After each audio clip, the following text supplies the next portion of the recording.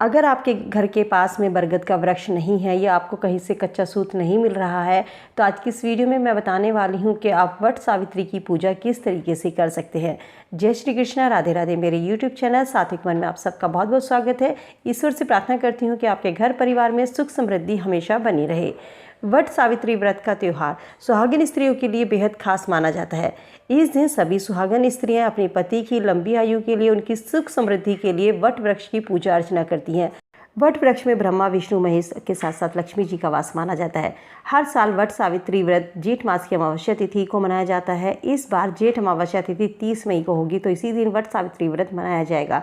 जेठ अमावस्या, जिसे सोमवती अमावस्या भी कहते हैं कि इस दिन सावित्री अपने पति सत्यवान के प्राण यमराज से वापस लेकर आई थी, और तभी से वट वृक्ष की पूजा का विधि विधान है।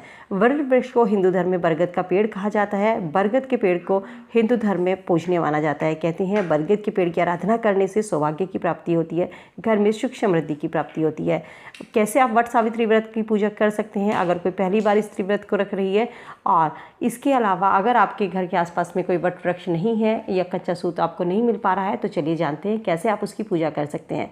वट वृक्ष सावित्री पूजा में आपको ब्रह्म मुहूर्त में सुबह उठ करके स्नान करके सुहागिन महिलाएं साफ सुथरे कपड़े पहन करके 16 श्रृंगार कर लें।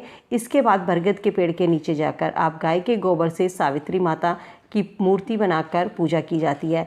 अगर आपके घर के पास में वृक्ष नहीं है, तो आप घर में भी कहीं से जो बरगद के पेड़ की टहनी होती है, ये आपको पूजा की दुकान पर कहीं भी उस दिन मिल जाएगी। उस टहनी को लाकर गमले में लगाकर अपने घर में आप पूजा कर सकते हैं। ठीक है। अगर कहीं पर आपको गोबर नहीं मिलता है, तो आप सुपारी पर कलावा लपेट कर भी इसकी पूजा कर सकते हैं। एक सुपारी को आप श्रद्धा भाव से सावित्री और दूसरी सुपारी को पार्वती का प्रतीक के रूप में रख लें। इसके बाद बरगद के वृक्ष में चावल हल्दी से पूजा करें, जल अर्पित करें। इसके बाद आपको सिंदूर, फूल, फल अर्पित करने हैं। इसके बाद में आपको पूड़ियाँ लेनी है। आपके घर में जितनी भी आपके परिवार में पूड़ियाँ चढ़ाई जाती हैं पहले से सावित्री को वट सावित्री व्रत में 7 या 14, वो पूरियाँ आप ले सकते हैं। उन पर आपको 7 भीगे हुए चने रखने हैं, आटा, गुड़ और चीनी के गुलगुले, जिसको हमारे यहाँ पूड़े कहा जाता है। आपके यहाँ जिस भी भाषा में उनको जो भी कहा जाता है, जो आटे के और गुड़ के तल के बनाए जाते हैं, वो आपको लेने हैं। वो सभी आपको वट वृक्ष के ऊपर रखने हैं। वहाँ पर जल अर्पित करना है, धूप दीप जलाकर पूजा अर्चना करनी है।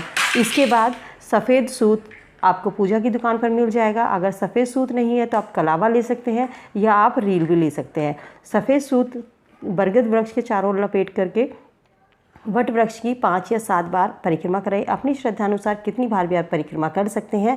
इसके बाद जो आपका सफ़ेद सूत है या कलावा है, या आपने जो रील ली हुई है, उसको लपेट करके वहीं छोड़ दें, उसको तोड़े नहीं। इस धागे को तोड़ना नहीं चाहिए। अगर आपको तोड़ना है तो आप अपने घर से तोड़ करके ले जाइए। जितनी परिक्रमा आपको लगता है कि इस धागे से 7 बार की परिक्रमा हो जाएगी, उतना धागा आप अपने घर से ले जाइए। अन्यथा अगर आप पूरी रील या लेकर जा रहे हैं, कच्चा सूत लेकर जा रहे हैं, तो परिक्रमा करने के बाद उसको वहीं पर छोड़ देना है, उसको आपको तोड़ना नहीं है। इसके बाद हाथों में भीगे हुए चने, दूर्वा घास हाथों में लेकर कथा सुने, और उन चने और घास को वट वृक्ष पर कथा सुनने के बाद अर्पित कर दें। इसके बाद जो सिंदूर आपने माता पार्वती को और सावित्री को जो गोबर की आपने बनाई थी या सुपारी कलावा लपेट कर जो बनाई थी, उन पर जो आपने सिंदूर चढ़ाया था, उस सिंदूर को लेकर के अपनी मांग में 3 बार भरें। इसके बाद हाथ जोड़कर भूल चूक के लिए क्षमा याचना करें। इसके बाद आप अपना व्रत खोल सकते हैं। कहीं कहीं ये व्रत शाम के समय खोला जाता है और कहीं कहीं पर ये व्रत अगले दिन खोला जाता है। और वट सावित्री का व्रत ऐसा नहीं है केवल जेठ अमावस्या को मनाया जाता है। हर जगह, हर राज्य में ये अलग अलग मनाया जाता है। जैसे कि बिहार में, महाराष्ट्र में, ये कहीं सभी उसमें पूर्णिमा को भी मनाया जाता है, अमावस्या को भी। तो इन सब की तिथि अलग अलग है।